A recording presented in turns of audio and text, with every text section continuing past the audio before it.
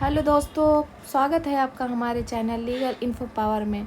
आज मैं आपको बताने जा रही हूँ धारा 302 के बारे में, जो कि अक्सर एग्ज़ाम में पूछे जाने वाली धाराएं हैं। इसके बारे में मैं आपको बता रही हूँ कि धारा 300 धारा क्या होती है। हम अक्सर सुनते और पढ़ते हैं कि हत्या के मामले में अदालत ने आईपीसी यानी भारतीय दंड संहिता की धारा 302 के तहत मुजरिम को हत्या का दोषी पाया है।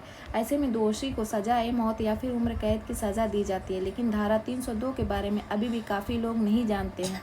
आइए संक्षेप में जानने की कोशिश करते हैं कि क्या है भारतीय दंड संहिता यानी Indian penal code IPC Bharat में यहाँ के किसी भी नागरिक द्वारा किए गए कुछ अपराधों की परिभाषा और दंड का प्राविधान करती है। लेकिन ये जम्मू एवं कश्मीर और भारत की सेना पर लागू नहीं होती है। जम्मू एवं कश्मीर में इसके स्थान पे रणबीर दंड संहिता आरपीसी लागू होती है। अंग्रेजों ने बनाई थी भारतीय दंड संहिता। भारतीय दंड संहिता ब्रिटिश काल में सन 1862 में लागू हुई थी।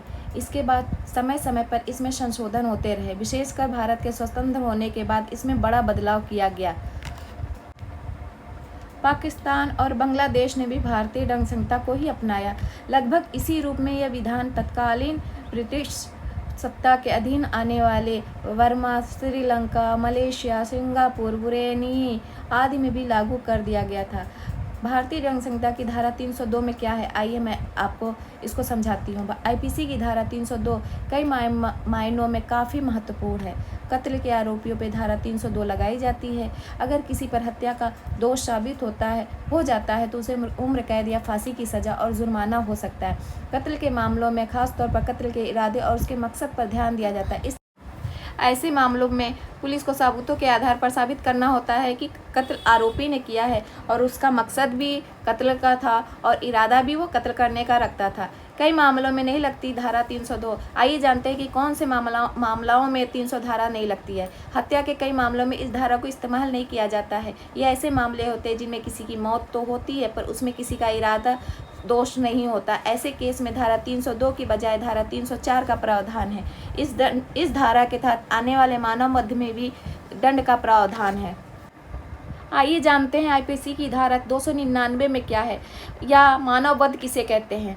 भारतीय दंड संहिता की धारा 299 में आपराधिक मानव वध को परिभाषित किया गया है। अगर कोई भी आदमी किसी को मारने के इरादे से या किसी के शरीर पर ऐसी चोटें पहुंचाने के इरादे से हमला करता है जिससे उसकी मौत संभव हो या जानबूझकर ऐसा कोई काम करता है जिसकी वजह से किसी की मौत की संभावना हो, तो ऐसे मामलों में उस कार्य को करने वाला व्यक्ति आपराधिक तौर पर मानव वध का अपराध करता है।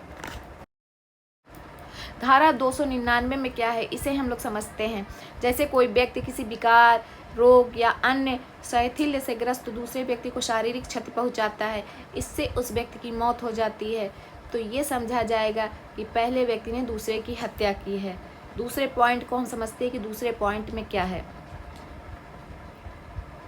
जिस मामले शारीरिक क्षति की वजह से किसी व्यक्ति की मौत हो जाती है, अगर मारे गए व्यक्ति को उचित चिकित्सा सहायता मिलने पर बचाया जा सकता था तो ये भी माना जाएगा कि उस व्यक्ति की हत्या की गई है।